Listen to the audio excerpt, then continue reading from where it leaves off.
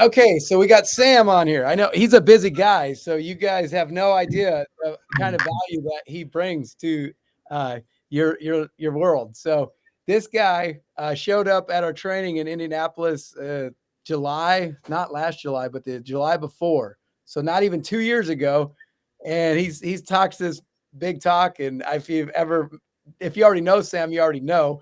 But that's my first interactions with him. I was like, yeah, this guy. He's got big aspirations. But the thing is, knowing the end of the story, well, still not the end of the story, but yeah, he delivers big too. It's not just something he talks. Like he's a very systems driven guy. And I mean, it's really, to be honest, like he's pretty much outgrown me, and it's only been 2 years. And he did in the first year what took me about 10 years to get to. I think I've been doing Christmas lights for 14. Now I might have got up to 300,000 in 10 years, but he did almost 300,000 his very first year in the Christmas light industry. Sam, you got anything? Yeah, you kind of hit it on the head. Yeah, no, yeah, we go to the deep waters and we don't sink, so we like to swim. Man, I was trying to look up for the quote right before we got in this. I probably have it in the text I sent you. There's a guy up in Canada that was a United States citizen, but he ended up moving to Canada. He built railroads. Let's see if I can find that quote. I sent it to Sam, but every time I run across that quote, I think it's Sam. But he built the largest, he did the biggest government contract like in history at that point, back in the late 1800s or 1900s. But he was the only one in the world that could do it. So everyone else backed out of it because the job was just too big for them. And so he jumped up there and he got the government to sign it, and he got a huge bonus if he finished early, and he finished really early. But I can't remember the quote. I sent it to Sam. I can't remember what it was, but it had, in a nutshell, it said something basically that the bigger the job, the better he likes it, because then that means he's the only one that can do it. And that's what I think of when I think of Sam. Sam goes after That's a the good way to think of somebody. Yeah, I like to think that way. Sam goes after the big jobs, and it's getting to the point where Sam is like the only one really that can do some of the jobs that he does. Here, I can probably find it. I got the quote. Let's see here real quick. Do you remember that? I sent it to you. I've slept since then. I'll be honest, Fred. Oh, yeah. Okay, here's the quote. The biggest things are always the easiest to do because there's no competition. That is Sam in a nutshell. Well, I appreciate that. That's nice. That is I mean, so Sam, like the very first year in the Christmas light industry, he started taking on big municipal jobs, which honestly, there was not very few people in Indianapolis that had the ability to even take on jobs like that. And it's his very first year in business. And I was like, wow, this guy, I think he's biting off a little more than he could chew. But he made it through. Yeah. And the customers loved him at the end of it. That's the thing. It wasn't a big disaster. It wasn't a big trying to pull everything. I mean, I'm sure behind the scenes he had a little bit of stress, right? Oh, I'm stressed all the time. Yeah, big things require a little bit of stress. But the customer never conveyed that to the customer. The customer had a red carpet experience, and they loved every minute of it. So that's, as long as the customer is having the good experience, that's what the business is all about. 100%. So I just saw you earlier this week. You were doing some paving job. Maybe this is last week, but you didn't sleep in over 24 hours. Yeah, no, yeah. So what was that? Wednesday, we worked from 7 a.m. to I get back to my office at like 7:30 a.m. So yeah, it was a 24-hour day. I've never done that, and that was insane. Now, did you plan on that from the beginning, No, or did it just no, morph into that? no. It's back to when you take on large things, you got to be willing to go however deep you got to go. I did not plan on that. That kind of came up at like maybe 5 o'clock in the afternoon. I was like, hey, this is the night we got to do it. I need some help. I'm like, all right, I'll come help you. Since it's my project, I was subbing it out to somebody else. And yeah, we were out there till 7 in the morning. And then we did the same thing Friday night too. We worked all day Friday, and then I didn't get home till about 6 in the morning, Saturday morning. So you're on to a second job. So is that job wrapped up then? The customer's happy? Yeah, customer's happy. The job's not done. It's multiple phases. So that one specifically, that's our parking lot Luna contracting side. So we're doing the concrete there, we're doing the asphalt paving there, and we're also doing the seal coating. And then we have to work that all around their busy restaurant schedule too. I mean, it's one of the busiest restaurants here locally. So taking on what the 100,000 square foot parking lot, you have to do it in multiple phases. Yeah, and just so you guys know, like Sam, I think didn't you buy out a concrete company, a small one, like 2 years ago? Is that how you started in this? Or was that 3 years ago? 2 years ago, bought him out and took over all of his clients, and then from there, that was really geared towards concrete ceiling. But then the concrete ceiling led us into concrete repair. Concrete repair led us into concrete installation, and then one of our larger like property management groups is like, "Hey, do you do paving?" And I say, "Of course I do. I don't know anything about paving at this time." And then they send me massive parking lots to go do, and I just figure it out because it was the same business model as our roofing company that, you know, we just sub it all out and manage the subs. So we can take on large jobs by, you know, like this week alone, I think we're well over 6 figures on revenue just for contracting side. And then my guy side's doing like 25 this week too. So just in a week of business, you're doing 100,000 on one on the asphalt side and 25,000 on my guy services, which right now you got 140 grand this week that we're doing. that's more than a lot of people that are watching are going to do in their Christmas light season. So you're doing that in a week. That's but incredible. That's a different game though. It's a different ballpark. I mean, these are 30, 50, $60,000 tickets. Yeah, and the thing is, part of the thing is Sam is he's doing Christmas lights. There's two different kinds of guys in the Christmas light industry. There's the pretty much the solo, like the guys that just it's their only business. And then the other ones are the add-on, people like Sam, where he didn't want to have to lose his guys in the winter. So that's why he came to our training. He's like, hey, this is a good fit. I can keep my guys busy during the winter and give them something to do. And also make actually be profitable for those months that usually are pretty slow. And so Sam is kind of taking it to the next level, but it's more than that. Like a guy like me will have a tough time competing with Sam. He's in the same city. If you guys don't know, he's in the same city as me. So it's the same market. So I can't say that I don't have the right customers because he's going after the same customers I am. He's just doing a better job at it. But part of the thing is he's got the labor in place and he's got the systems in place. So that's things that you're going to have to compete with if you're a little guy. Now there's things a small company can do that Sam might have a little bit tougher time. Like he's going to have a tough time being on every job. So if the customer wants the owner on the job, Sam can be there. He will. He actually doesn't sleep much. So he actually ends up showing his face on most of the jobs. But at some point, it gets very difficult for him to be everywhere at once. But he's got great teams in place.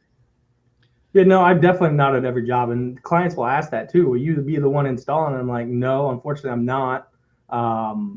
Certain jobs, yeah, I'm there. Of course I am. But I'm not there the entire time. I'm there for the takeoff and at the end. Yeah, the most important parts of the job. Yeah. Make sure the customer had a good. So, but one thing he pointed out the very first year that he was going after all these jobs. I mean, he literally did over 200,000 his first year. And I pointed out to like, how much did you spend on ads that year? I think I remember. I think like 60, 70 grand. Yeah, 60 or 70 grand. And he bought lights from us. So I know other like 90 grand worth of lights. Yeah, he bought over 100 grand worth of lights. I think 120.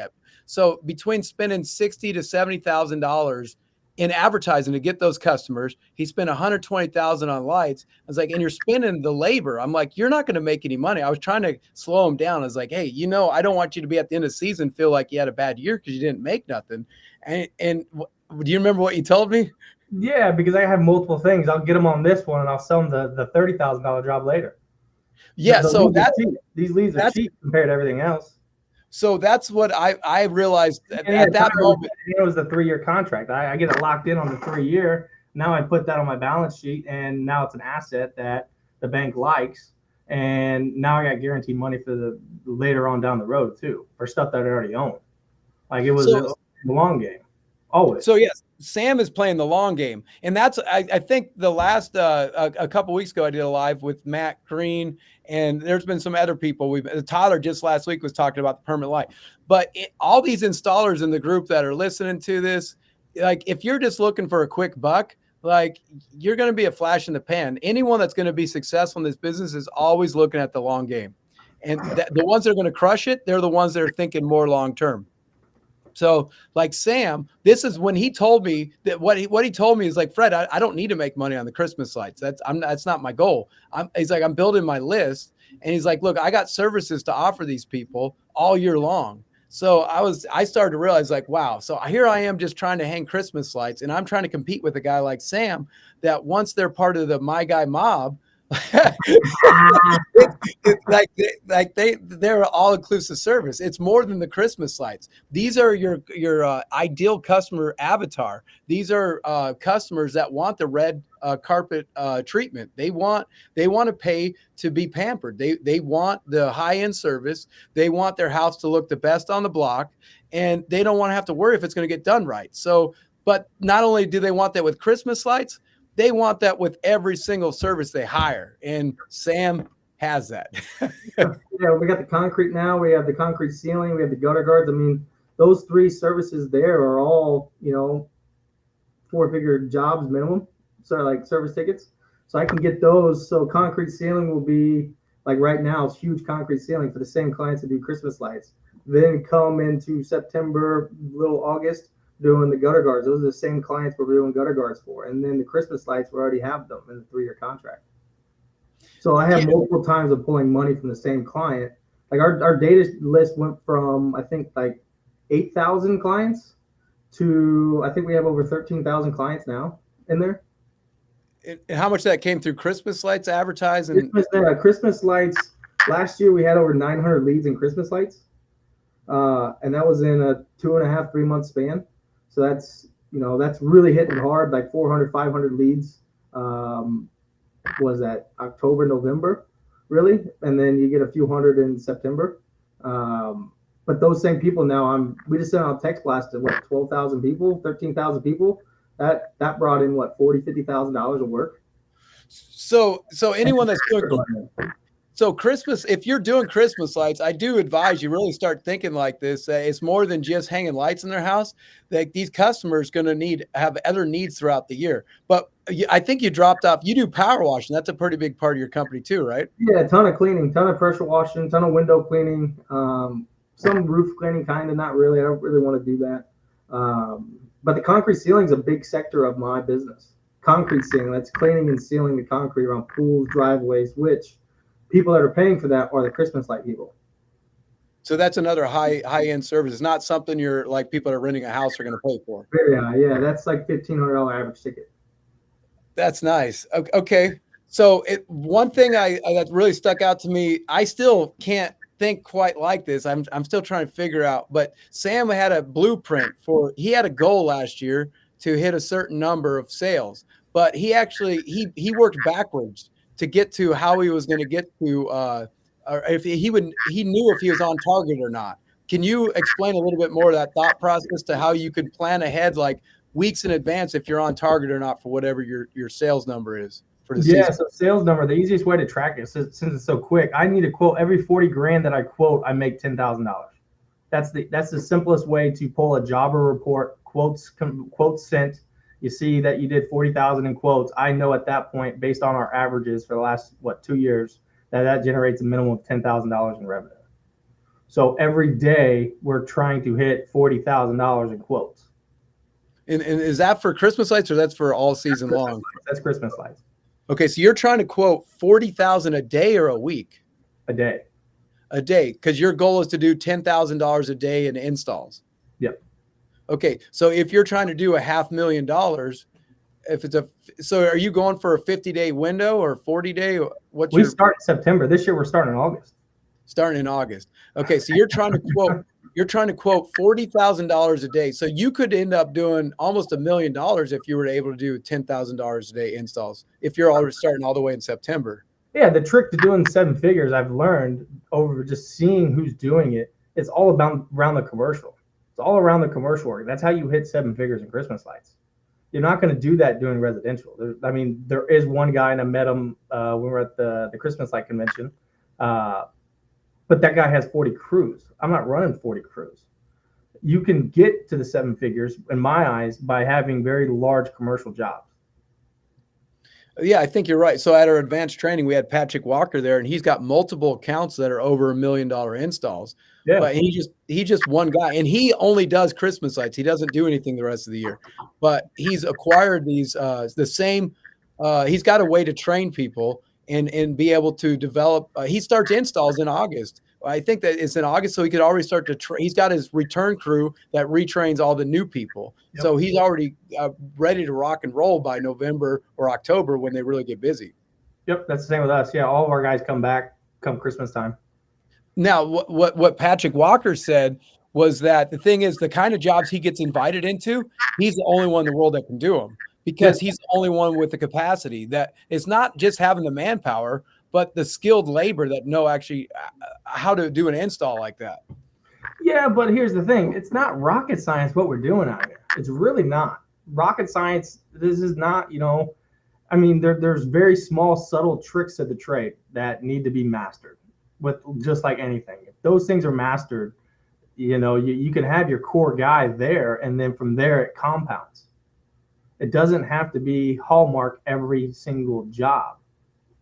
That's the trick to actually scaling. No one's going to do as good as I am, nor do I expect them to. I need them to be at 80% of what I'm willing to do because I'm going to be at 120% what my competitor is going to do. Right. Well, so like Patrick Walker, he's got a system where he knows he's not going to get everyone back from the year before, but he's going to have everyone functional and trained. He basically, by having these big commercial jobs, he's able to train all his new hires on these big commercial jobs. Yep. So after about a month, he's got good talent. My guys are masters with trees come into September. Last year alone, we did over 1,000 trees. Yeah, my battery's about to die. Let me quick plug it in. Okay. So, now it's Sam is probably 10 years younger than me. I know he's got more hair, so it might be easier to tell. But you keep working 24-hour shifts, you're going to catch up pretty quick. Oh, I feel it. But I'm young. It's part of the game. I need to make my money from 30 to 40. 40 to 50, I'll be in politics. 50 and after, I'll be doing consulting. That's I thought that you would probably make a good mayor for Indianapolis. So probably. If I turn 40, it's either me or my wife, 100%. Wow. That's he's very like why the brand is My Guy Services. Yeah. So if you guys aren't in Indianapolis that are watching this, but yeah, he literally has like a following of people, almost like they get into the My Guy mob. It's almost like the mafia. So he's got fans that support him and push his products or push his services to the rest of the community, which that's pretty awesome. He's giving people shirts all the time. Yep. I've even got him. I'm not wearing one at the moment. Yeah, that's right. So, but I know you didn't come like out of the womb, like as a salesman. Like, well, I mean, 100% I did. My first business was 8 years old. I was selling ticket holders and earplugs at the racetrack, the Indy 500. We were getting them from China for $1.76 and selling them for $5 at the racetrack. And then the earplugs were like a couple pennies and selling for $1. So, okay. Now, before you started, you didn't even start pressure washing, right? Is it one of your first businesses, gutter cleaning? No, pressure washing is how we started. I started that when I was 18 with my best friend.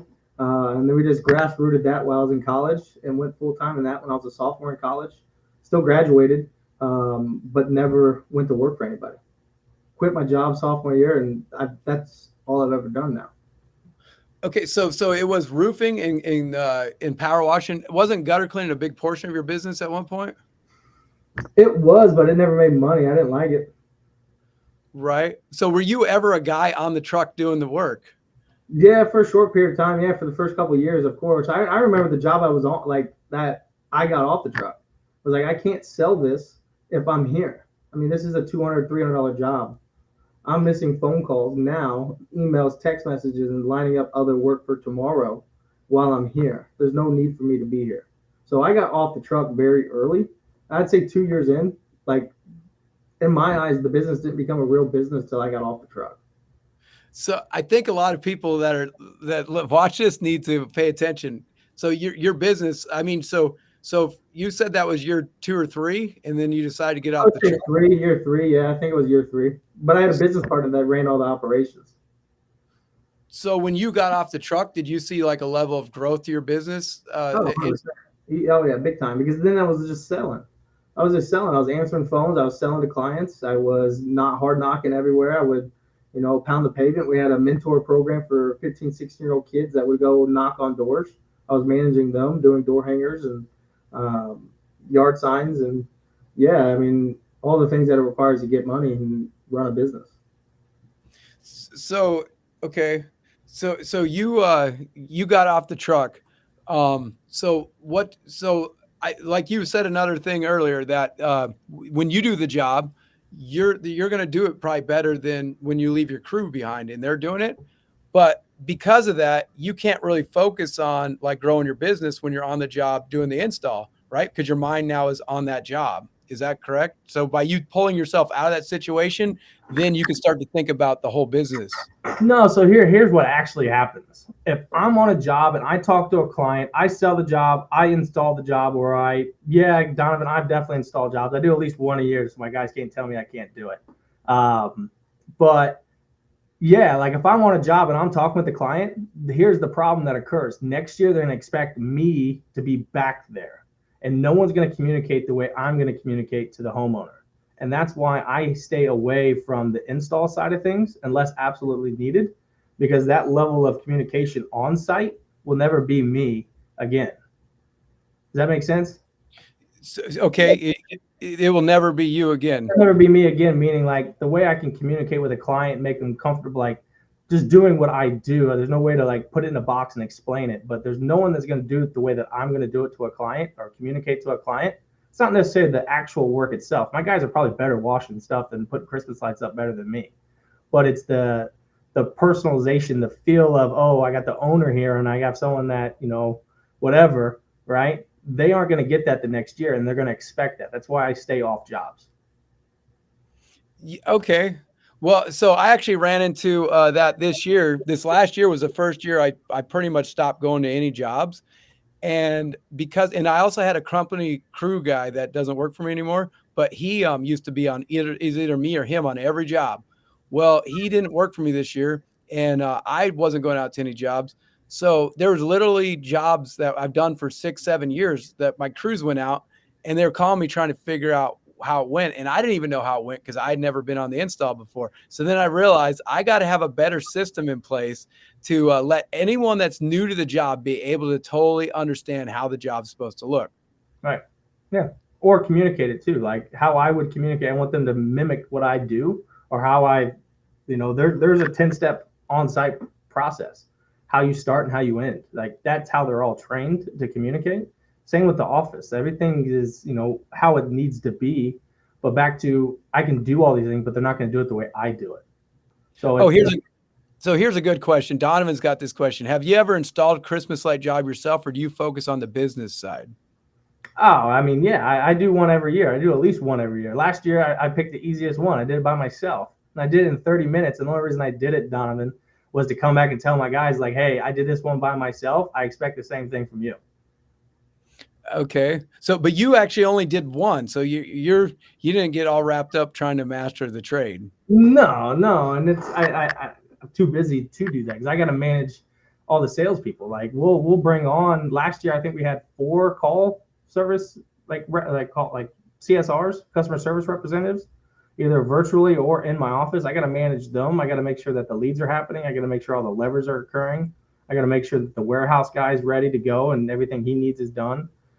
There's too many things internally that I have to manage to then put myself in a truck and go put Christmas lights up. Now, will I go touch up a light?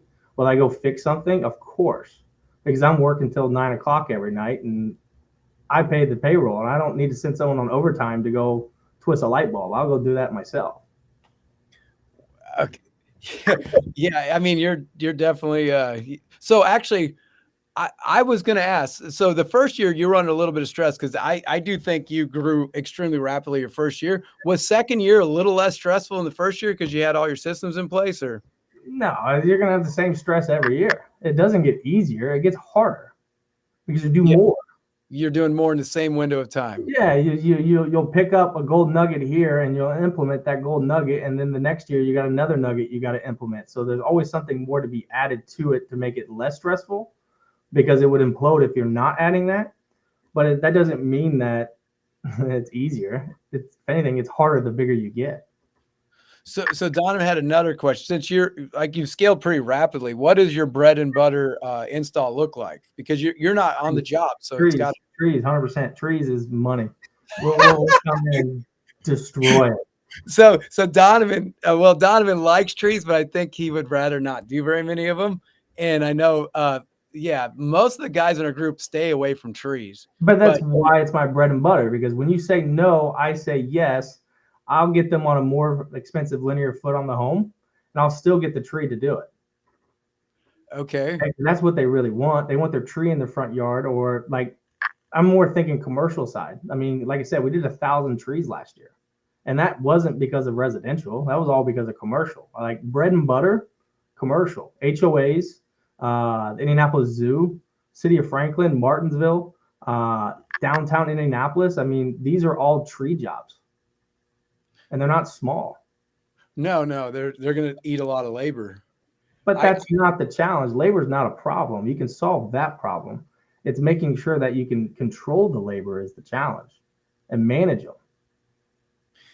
Yeah. So, well, so explain. Okay, my problem is I actually only want so many customers because I know I can't scale my labor. I passed. I mean, the level of quality control. There was a few years back where I did more installs than I do even now, but we had grown ridiculous that year, and like I was getting more customer complaints than I've ever had because the level of detail just wasn't there.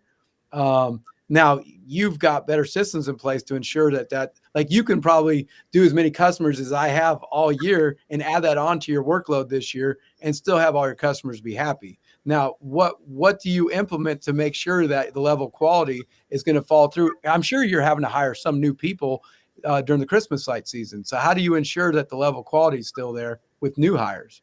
Yeah, and that's making sure your upper management team is well equipped and well trained themselves. They got to be leaders. Like if I add somebody on there, you got to have at least, like the rule of thumb is you can only manage effectively 6 people. 6 to 8 people is what you can manage effectively. So when we get above that threshold, I'm adding another management person that's already been groomed for that. So like the zoo, we had 22 guys out there at one point when we're wrapping 400 Christmas trees. I mean, yeah, I can get labor. That's not a challenge to me. I'm very resourceful that way. It's the making sure that you can have the right labor, and they're not cheap. Like I don't pay guys cheap at all. You can't, because the cheap guys will cause headaches. So Donovan and I this year we're trying to come up with data, but I think we found the biggest hang up for in the Christmas light industry is for installers to get past like the 200,000 to 300,000 and get to 500,000. It's like if you get to 500,000, like $1 million is almost inevitable, but a lot of people can't get past the 200,000 to 300,000 a year, or they kind of stick around there. But I really think that you figured it out. I believe that you're not quite to $1 million yet, but I think you've already figured it out. But I think what you just said, you have to have a way to be able to train people in the season and maintain the same level of customer quality and customer communication where they're able to, the customer's expectations are met during the sales process, which I have not figured out. Very few people in this industry have, but I think you have. Can you explain? And then that's the thing, like my on-site guys that are installing jobs, they're not having client communication. We figured that that's not needed. People aren't home like we're doing residential. They're not home. All the communication either happens through the pre-job checklist, the mock-ups that we send, the quote approvals, the description of what we're actually going to do. And it is what it is. That's what they get sent to do. They do that. The team on the back end, they line item everything out. That is what we're doing. Give them the mock-up. The client approves the mock-up. The mock-ups go with the job, and it's pretty straightforward. It's just kind of like a treasure map, making it as simple as possible for them to just show up and know what to do. Okay, so I run into an issue like we have basic installs for the most part because if people have really random requests, I pretty much have to shut that down right away because I know somewhere it's going to be lost in the communication to my install. Like if they weren't the one doing it. Do you have any systems in place where you can ensure that a customer is getting something special per their request, but that it will get relayed somehow to the installers and it won't fall through the crack? Or do you kind of shut it down too? No, I'll give you anything you want. Just show me the money. Okay. You Okay. got a dream, I make dreams happen. You just got to pay for it. In this business, you can buy your dream. I can make dreams happen. Just pay for it. But so how do you ensure, okay, like I'm a salesman, so I realize I can sell stuff to people and I can get it. And if I'm on the job, it's going to happen, but I can have every intention of that happening. But when I leave and it's my installer, sometimes it doesn't get conveyed the way that the homeowner, me and him had a great communication. How do you ensure, especially if you're not the salesman, let's say one of your salesmen is the one that does the same thing. How would you put that in the sales process to ensure that that your installers are able to understand if the salesman not on the job and you're not? Yeah. So whoever is the salesperson is also the point of contact if the guys have a question. Okay. So if there's a question on site of what needs to be done, or the mock-up isn't a great mock-up to see what the house looks like, we use the holiday home concept. So I mean, it shows you exactly what it is. If that doesn't answer their question, they call whoever the sales rep was, because then the sales rep will be able to relay whatever they had that communication with. Or how our communications also happen. Everything's recorded and everything's in the same system. I can personally go in and see every conversation, text, email, phone calls of anybody that we are a client with. So if I had to hop on my phone and go to the system and see any communication, I can answer a question like that based off of the thread of that client communication. What system are you using for that? Is that proprietary or? No, it's just Go High Level. We've made it to ourselves. It's done through Go High Level. It's very complex, very detailed oriented. I mean, but at the same time, with that being said, it's easy to track things once it's done correctly. Okay, I've actually just started to use Go High Level in the last month, so I'm learning a little bit about. I like Jobber, but I do see some It stuff. integrates with Jobber. It integrates with Jobber. Yeah, I use Jobber, and yeah, it integrates right into Jobber. Oh yeah.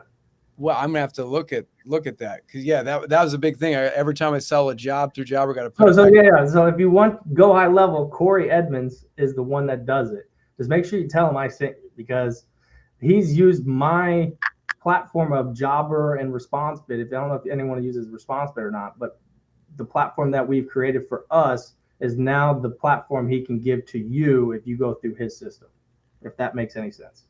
Okay, Donovan had another question. So is the cheapest guy in your area, okay, what is the cheapest guy in your area charging, and does that affect your business? I don't know. What do you charge, Fred? Yeah. Am I the cheapest guy in our area? I don't know. I mean, no, I don't think I'm the cheapest guy. No, I'm not the cheapest guy. I don't even know what the cheapest guy is, so who cares? Right? I don't think about that guy at all, because how I structure mine is apples to oranges. It doesn't matter what I'm charging. I'm gonna be at $10 a foot, and then if you sign a 3-year contract, then we can negotiate. So the one thing about Sam is, okay, he is in the same city as me. Yard signs work. Like everyone knows they work, but Sam has got systems for everything. And Sam, how many signs do you put out a week for Christmas lights? Christmas lights, I would say minimum 400 a week. 400 a week, but you're not the one putting them out. You have Oh yeah, I'm out there. Oh yeah, every Saturday morning I put out 250 myself. I got a guy with me. Oh yeah, and then I'm out during the week too. Oh yeah, I'm grinding. How can I can't compete with, I'm sorry, I can't go put out 250 yard signs myself. I take somebody with me. I pay them $100 a day. They ride with me. I know exactly where I want them. I know exactly where we have work and where we want work, and then we go target that area and we just plaster it. And they're everywhere.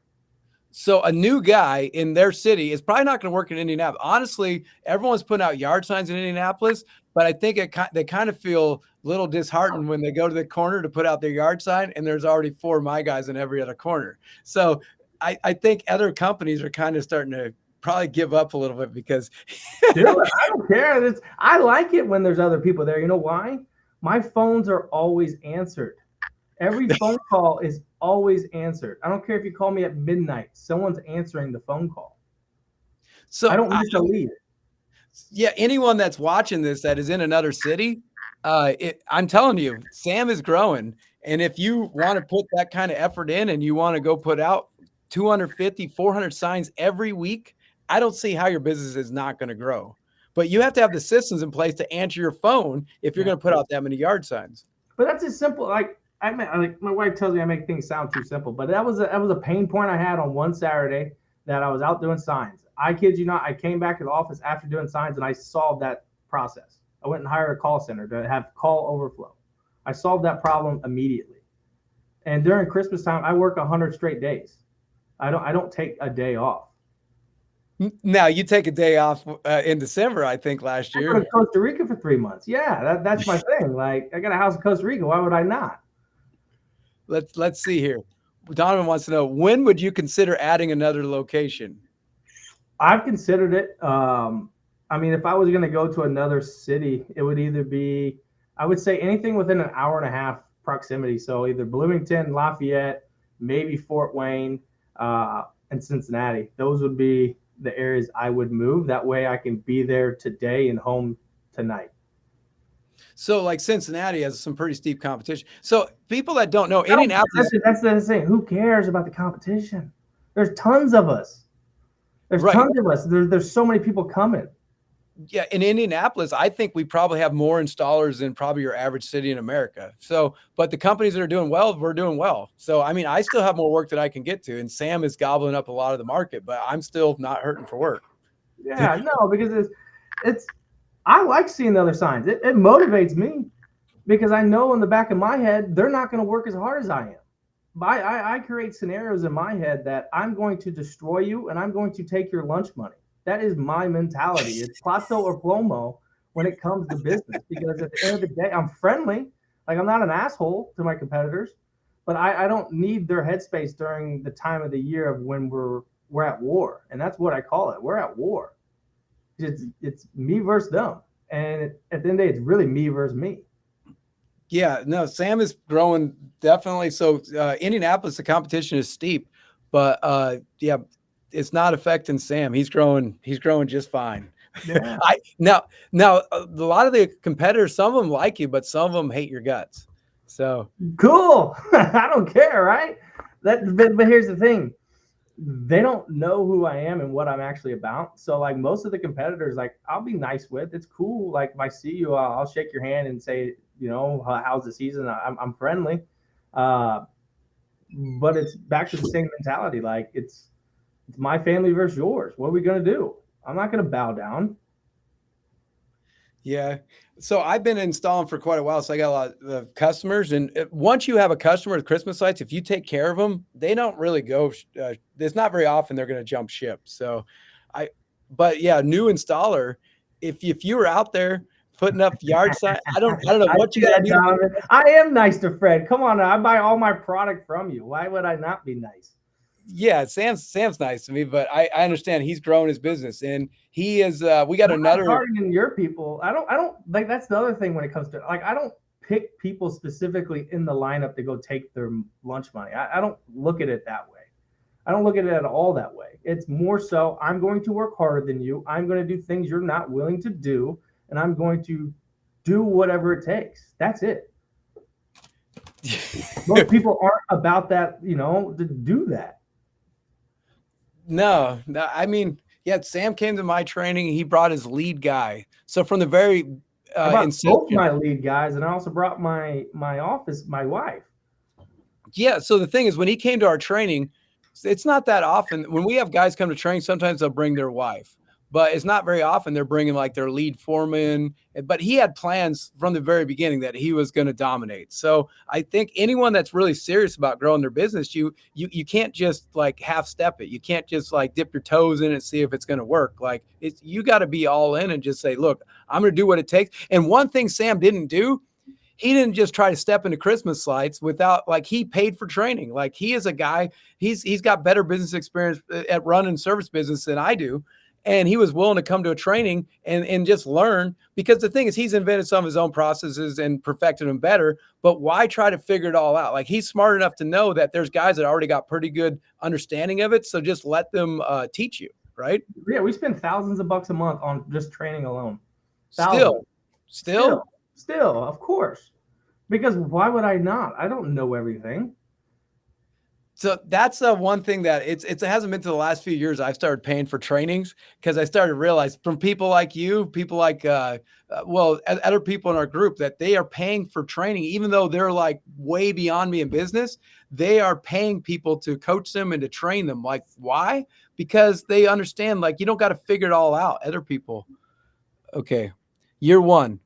Would Yeah, you recommend people start advertising now or wait till September, October? there's subtle ways to advertise now. Every one of your clients better know you do Christmas lights once you're done with the job. I don't care what job you do. They have to know now what you also offer in the wintertime. Like all of our clients, we have it's called the My Guy Certified Contractor Package. So every one of our clients gets over like $3,000 of home service value given to them from your pest control guy, your lawn aeration guy, your roofer, your painter, your HVAC, your plumber, your tree guy. Like we give all this value to the clients, but it also has all of our additional services we do in this same packet. And there's a magnet that's on there that you can put on your fridge that it's the My Guy Certified Contractor for any service you need for your home, kind of like your emergency magnet for your home. It's now on your fridge of this is who I need to call for this service. You got a handyman on there. That's a huge one. And then we have a whole separate line on there for Christmas light installation where you call this specific number. And then in the packet, we have a brochure of these are all additional services, which we push our high ticket services that I can see them every year. So these are all services that you provide, or they're ones that you're affiliated with? Yeah, these are like guys I've vetted through the last 12 years that I know are true professionals in what they do. We brought everybody in together as a collective, put them into a packet that, it has a brochure and it has a coupon for that person's service. That's in I don't have one next to me, but it's a plastic bag that go on the door. And it has a review card in there. It has coupons in there for our washing side, our Christmas side. I mean, it's pretty robust for all the value we give a client. They don't just get us for our washing. They also get $3,000 worth of home service value for other things. Like I just had a buddy, he had his basement got flooded. He called our plumber and saved bootloads of money because the coupon that was in there was only for the coupon of people of My Guy Contractor clients. Okay, so you realize Angie's List started in Indianapolis, right? Did you know Yeah. that? What's Okay, that? Angie's List started in Indianapolis. Yeah. But they were originally just contractors working with contractors, trying to find really good contractors and a way to review for their other contractors in Indianapolis to know that they're referring someone that actually is legit. So Yeah. basically, you're doing something similar to what Angie's List did, where like you're a contractor, so you know guys that are reputable versus a homeowner going on trying to figure it out. Yeah, 100%, because they ask us all the time, who do we recommend? And this gives them that answer. Christmas, okay. What I don't understand what you're saying. Oh, No, 100. they brought on another Christmas light business. Talk about your hiring process to find rock stars. Huh. I mean, show them the money. People don't care about healthcare. People don't care about 401k. People don't care about visual or dental insurance. They want money. Show them the money. This year, I hired out a banquet hall. It's a badass Christmas light, not Christmas light, but badass Christmas party. It's the most corporate but uncorporate Christmas party you will ever go to. I'm gonna have 151 of either my employees or contractors we work with. Anyone that's associated with the My Guy mob is invited. But I mean, it's going to cost me probably 10 to 20 grand to have a Christmas party, but it's going to be something at the end of the year of the celebration.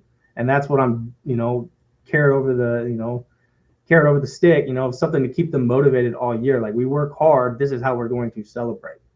And then just doing normal human things. Like I cook out at the end of each month. Be a true human, and that's how you get true rock stars. Okay, let's see here. Josh Trees. This guy is a legend in the Christmas light industry. Hiring. Yeah, 100%. Hire and fire every 2 to 3 weeks. Yeah, I'll bring on for a job 4 extra guys at the beginning because we're doing commercial at the beginning. Maybe 2 of those last, but we're replacing them the next day. I don't care. They're on 2-day work contracts anyway at the beginning. So if they don't fit, they're gone. And then they just instantly get replaced. Like the pool of labor is not the hard part. It's getting the quality labor. So you got to go through 20, 50 guys to get the 5 guys or 6 guys that are the killers. And they can lead the mediocre guys. Yeah, so like Sam did over 200,000 his very first year, but I don't think that's few and far between that have ever gone through our training that's ever got up to 200,000 their first year. But I think the biggest thing that Sam has under his belt is he's got labor figured out. That's something that most people have a very tough time, even years into the industry. But Sam has that part of his business figured out. But this goes to the point too. Like I said, I'm willing to go to the levels that most people aren't. If jobs are going past 9 o'clock at night, I'm showing up on the job site and I'm not leaving till they roll out. They know I will work just as hard, if not harder than them. So they respect me even that much more. So they were willing to go to that extra drive to get the things done. Any job that goes super late, I'm there. I'm showing up. I'm rolling up the sleeves. We're knocking it out. I've had multiple that ended at 4 o'clock in the morning or 6 o'clock in the morning.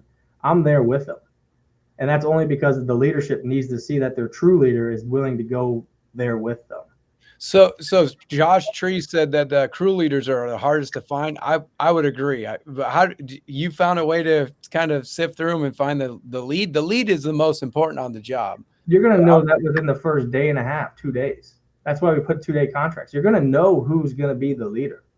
I mean, it's written on the wall. You just got to watch them work and see how people gravitate to them. The people that are asking questions at the beginning are great, but you need the guy that doesn't necessarily need the questions asked. He just needs to be told what to do, and then he goes and figures it out. Back to this ain't rocket science. Well, so I'm going to take that to heart because you hire way more people than I do. And I mean, the thing is, he's got not just Christmas lights, but all year long, like he's got different business streams that are growing. And he knows how to put people in charge and move on, and the jobs keep doing well. So I think that I probably spend too much time scrutinizing them before I'm going to give them the reins. So you figure that out within 2 days. If you think they're a good crew. You're going to know. Yeah, you're going to know instantly. I mean, who's willing to work hard and who's willing to, get the things done that most people don't want to do. And the writing's on the wall. You just got to be visual. That's part of one of the things of being on site.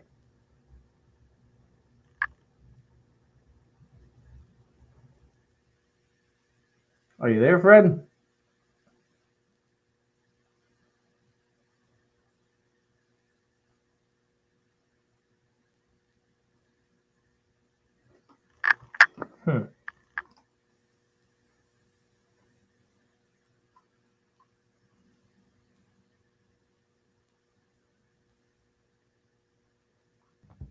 Good? Yeah, I can hear you now. Yep. Yeah. No, well, I mean, I don't know where we were at with it, but I mean, it's only hard if you put it in your head that it's hard. Moral of the story. Everything's hard until you figure it out. Man, yeah. You've got hiring down. I mean, I think the business for most people that I'm talking to in the Christmas light industry, they have a tough time getting past they can do one crew, maybe crew and a half, but past that, very few people have ever gotten past that unless they have another business that goes year round, like what you're doing, and they already have multiple crews to begin with. That's true, but we fired a couple guys before the Christmas light started because they weren't Christmas guys. They weren't willing. They weren't going to be willing to or able to do the work that it requires to do it. Okay. Well, yeah. I don't want to get people hyped up thinking they're going to do 200,000 their very first year because it's not that hard. Okay, Sam's going to hype you guys up. We've seen hundreds of people through the years that either come through our training or ask us all these questions, but there's not too many people. But yeah, Sam comes out with a level of intensity that I don't think is going to be matched by most people, because a lot of people will get going, but you have to admit there's going to be problems along the way. And when the problems come, you got to be able to think them out, or you can't let it slow you down, which you were texting me photos, I think almost at midnight, of you still working on a tree this last year. Yeah, for a city. Yeah. And it was like 8 degrees until 4 o'clock in the morning. I was out there with them freezing. We're out there drinking coffee, and I didn't leave till the job was done. And it was like a $60,000 tree. Yeah. Three things you look for in the first 2 days. Yeah.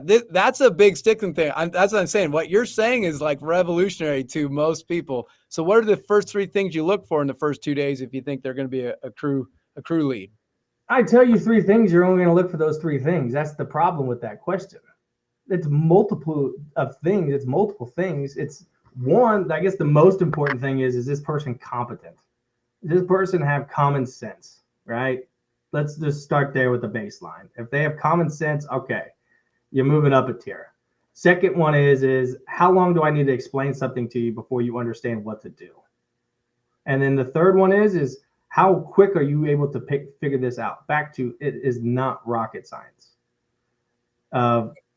This is what we're here to do. This is the goal. Here's the mission. We got to go accomplish this. This is the amount of time we have here. There's multiple things. I can't tell you, Hunter, exactly what it is.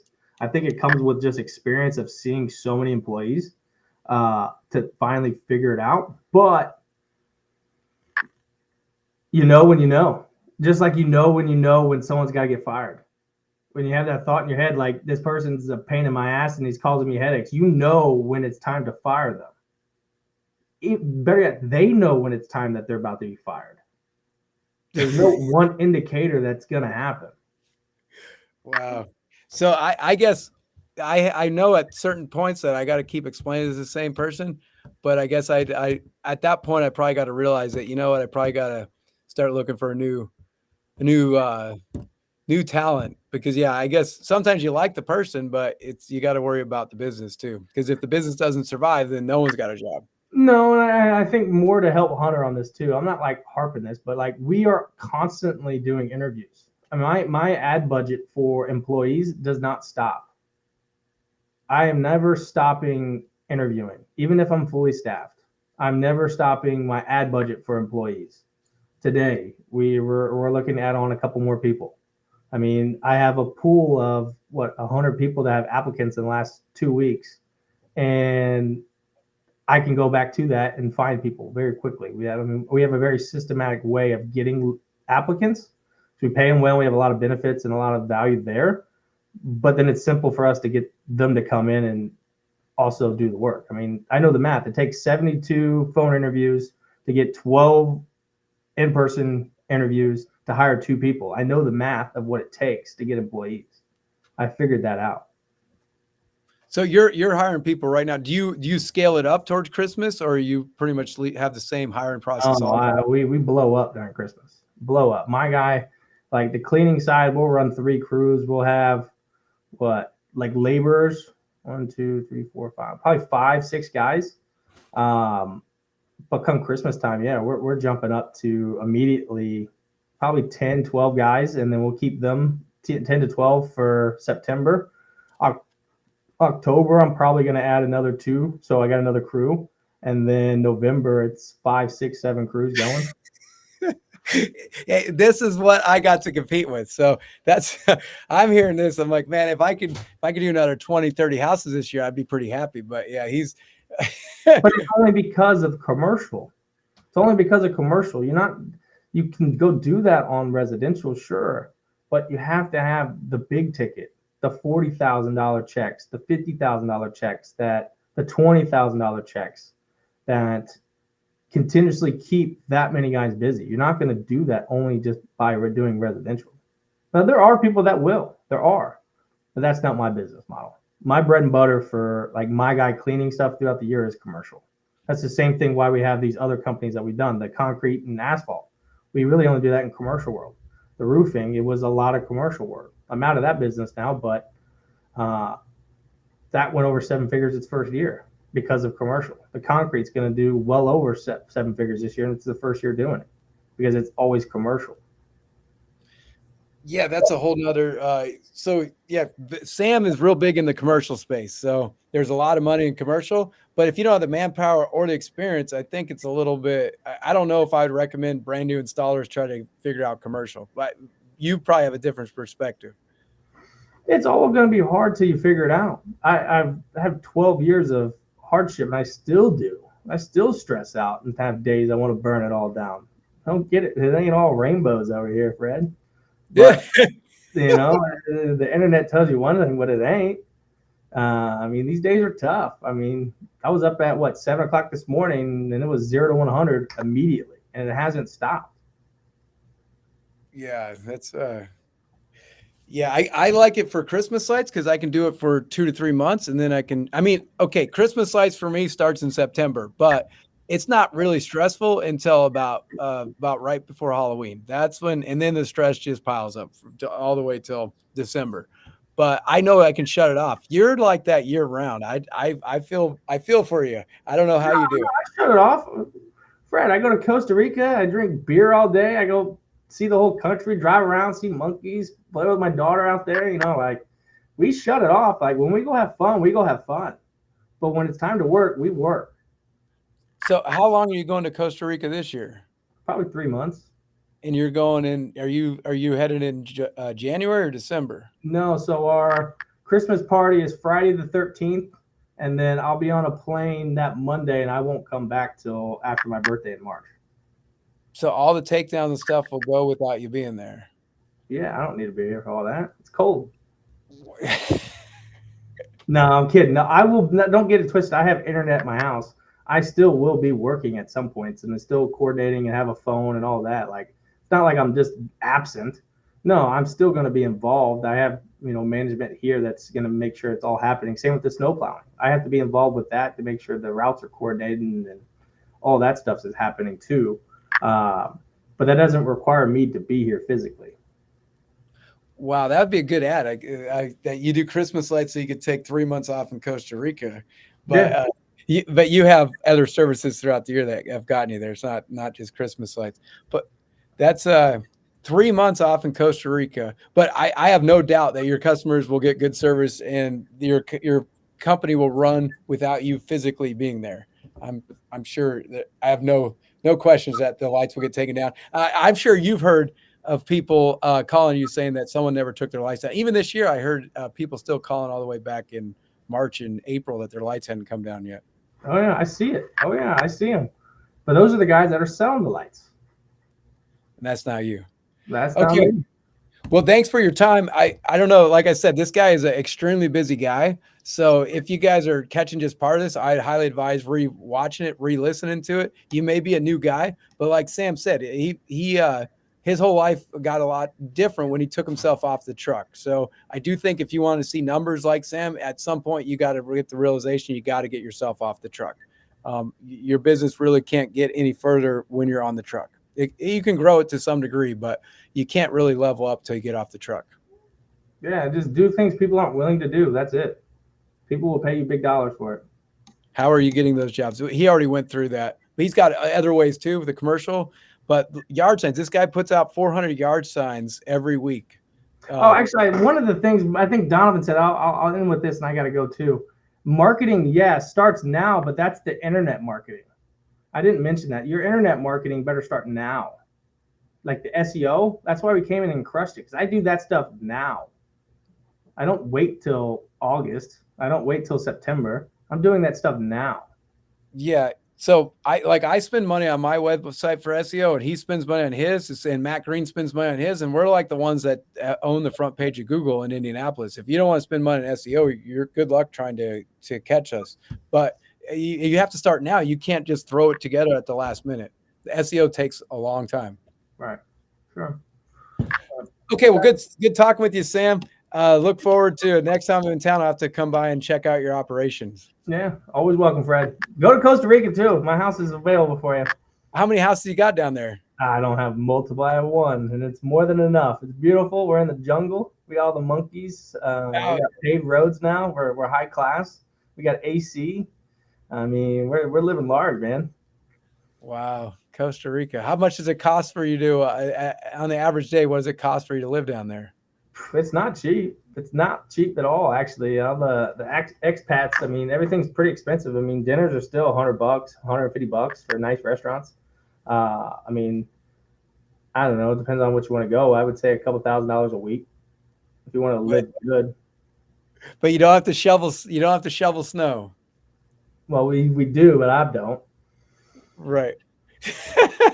So your guys are literally calling you from Indianapolis out plowing snow, shoveling, and you're down in Costa Rica. That's awesome. I don't get twisted. I've been out there all night too. They all know. Yeah, you put in your time. Awesome. Cool. Well, nice talking with you, Sam. You